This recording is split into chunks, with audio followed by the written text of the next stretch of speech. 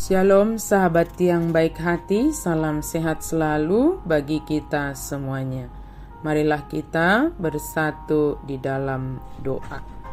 Kasih karunia dan damai sejahtera dari Allah Bapa dan dari anaknya Tuhan Yesus Kristus kiranya menyertai kamu sekalian. Amin. Firman Tuhan bagi kita pada hari ini tertulis dalam Mazmur 1 ayat 1 sampai 6. Kita baca secara lengkap di tempat kita masing-masing. Saya baca ayat 1 dan 2. Berbahagialah orang yang tidak berjalan menurut nasihat orang fasik, yang tidak berdiri di jalan orang berdosa, dan yang tidak duduk dalam kumpulan pencemooh. Tetapi kesukaannya ialah Taurat Tuhan, dan yang merenungkan Taurat itu siang dan malam. Kebahagiaan orang benar. Melihat anak-anak sehat dan bergembira dalam kesehariannya dapat membuat orang tua menjadi merasa bahagia. Mendapat pekerjaan yang diinginkan hati juga dapat membuat hati bahagia. Tercapai yang dicita-citakan juga membuat hati bahagia.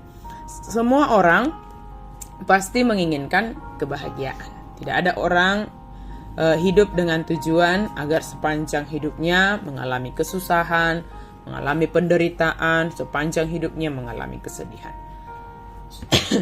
Kebahagiaan yang bagaimanakah yang seharusnya dimiliki oleh orang percaya?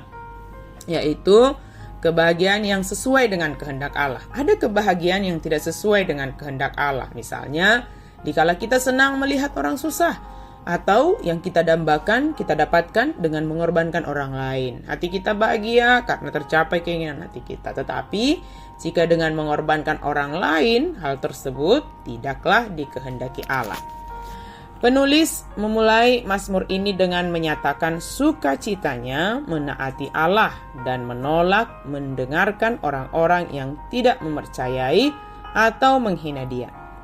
Teman dan kenalan bisa berpengaruh besar terhadap kita, acap kali dengan cara yang halus.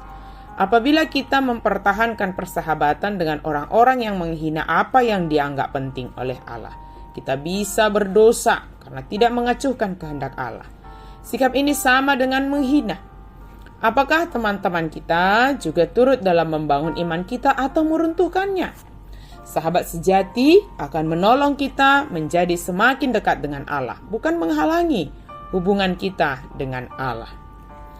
Orang-orang yang dengan bersungguh-sungguh berupaya menaati Allah akan diberkati. Mereka seperti pohon yang sehat, yang menghasilkan buah, yang ditanam di tepi aliran sungai dengan akar-akar yang kokoh, dan Allah berjanji untuk menjaga mereka. Sebaliknya, orang-orang yang tidak percaya dan tidak menaati Allah memiliki hidup yang tanpa makna, yang terbang lenyap seperti debu. Hanya ada dua jalan yang terbentang di hadapan kita. Jalan Allah, yakni jalan ketaatan, atau jalan pemberontakan.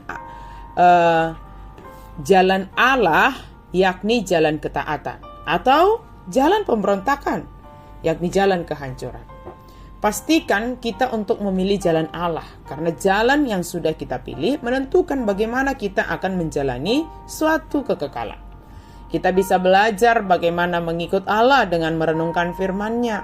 Hal ini berarti meluangkan waktu untuk membaca dan berpikir tentang apa yang telah kita baca itu, merenungkannya. Berpikir bagaimana hidup sesuai dengan kehendak Allah berdasarkan firman Allah. Mengetahui dan merenungkan firman Allah adalah langkah pertama untuk menerapkannya dalam kehidupan sehari-hari. Jika kita ingin mengikut Allah lebih dekat, kita harus mengetahui apa yang Dia firmankan. Semakin senang kita menaati Allah, semakin banyak kita berbuah. Sebaliknya, semakin banyak kita membiarkan orang-orang yang menghina Allah memengaruhi pikiran dan sikap kita, semakin jauh kita memisahkan diri dari sumber kebutuhan utama kita. Kita harus memiliki hubungan dengan orang-orang yang belum percaya jika hendak bersaksi kepada mereka, tetapi jangan kita mengikuti atau meniru perilaku berdosa mereka. Jika menginginkan berkat Allah, bertemanlah dengan orang-orang yang mengasihi Allah dan firman-Nya. Sekam adalah simbol dari kehidupan tidak beriman, yang melayang tanpa arah. Butir padi yang baik adalah simbol kehidupan beriman, yang bisa dipakai oleh Allah. Kiranya pada minggu hari ini Firman Tuhan menolong kita semua untuk hidup sebagai orang benar sesuai firman Tuhan. Semakin kita merenungkan kebenaran firman Tuhan, semakin kita menyukainya dan membuat hidup kita berbahagia. Sebaliknya, semakin kita kurang dalam merenungkan firman Tuhan dan kurang dalam memeliharanya, melakukannya dalam kehidupan sehari-hari, semakin jauh kita dari kebahagiaan, jauh dari kesukaan itu. Kita kehilangan kebahagiaan dalam menjalani kehidupan ini jika kita jauh dari firman Tuhan. Berbahagialah dalam kebenaran firman Tuhan dan memiliki makna di dalamnya. Firman Tuhan menopang kita, menguatkan kita, apapun yang sedang kita hadapi. Percayalah, kasih Tuhan senantiasa menyertai kita. Amin, mari kita berdoa. Terima kasih Tuhan untuk firman-Mu. Terima kasih Tuhan karena Engkau menghendaki kami menjadi orang benar, sehingga itu menganugerahkan, memberikan kebahagiaan yang benar kepada kami. Biarlah hati dan pikiran kami senantiasa merenungkan firman-Mu, dimanapun kami firman-Mu menjadi penopang kami, penguat kami. Dikala kami sedih, dikala kami berduka, kami boleh dikuatkan oleh firman Tuhan. Kami boleh dihiburkan oleh firman Tuhan. Dikala kami sakit, dikala kami bergumul, kami percaya Tuhan senantiasa menopang kami, menguatkan kami.